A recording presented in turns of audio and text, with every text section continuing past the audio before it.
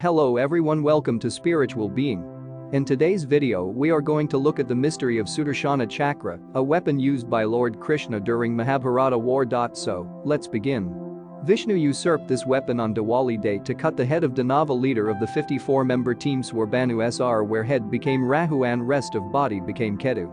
SUDRSHANA Chakra is usually portrayed on the right rear hand of the four hands of Vishnu, who also holds a Shankha, a conch shell, in his left forehand, a Gada, mace, in his left rear hand, and a Padma, lotus bud, in his right forehand. SUDRSHANA Chakra is a scalar wave interferometry weapon which can be used in both endothermic and exothermic mode. Exothermic reactions transfer energy to the surroundings and the temperature of the surroundings increases. Endothermic reactions take in energy and the temperature of the surroundings decreases. Interferometer uses the interference patterns formed by waves, usually light, radio, or sound waves, to measure certain characteristics of the waves themselves or of materials that reflect, refract, or transmit the waves. Interferometers can also be used to make precise measurements of distance.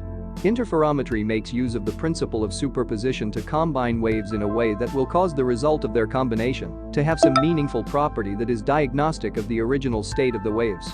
With two cerebral brain halves, the human being also has a scalar interferometer between his ears. This is how this weapon can have passwords using intention.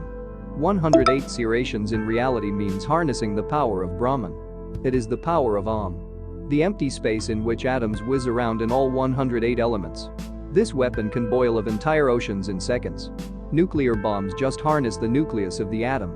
6,000 years ago, during the Battle of Kurukshetra Mahabharata war, Krishna caused the sun to dip below the horizon, plunging the battlefield into darkness, killed Jayadratha, and then caused the sun to rise above the horizon immediately after. This was not a regular solar eclipse, and hence a solar eclipse should not be used to date the Mahabharata war of 4000 BC. A SUDRSHANA Chakra weapon is mind-controlled and personalized. It can be activated only by a mantra known to the owner.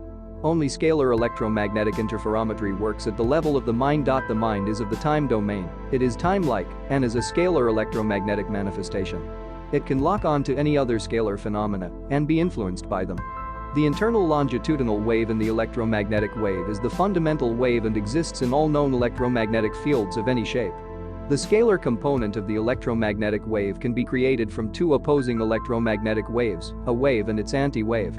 Both waves will cancel each other's electrical and magnetic field components when the waves are in phase spatially, but 180 degrees out of phase temporally. The result is an electromagnetic scalar wave. Once released, a SUDARSHANA Chakra assumes a conscious form and follows the mind command of the owner. This has search and destroy, stealth, invisible, and loiter capability. At the scalar interferometry mode, this weapon becomes terribly destructive and its laser travels faster than light. Nikola Tesla was introduced to this weapon by Swami Vivekananda. As a spinning howitzer, it operates in the exothermic and endothermic mode. In endothermic mode, the howitzer sucks energy out of the target area, essentially creating a blast of cold at the distant target.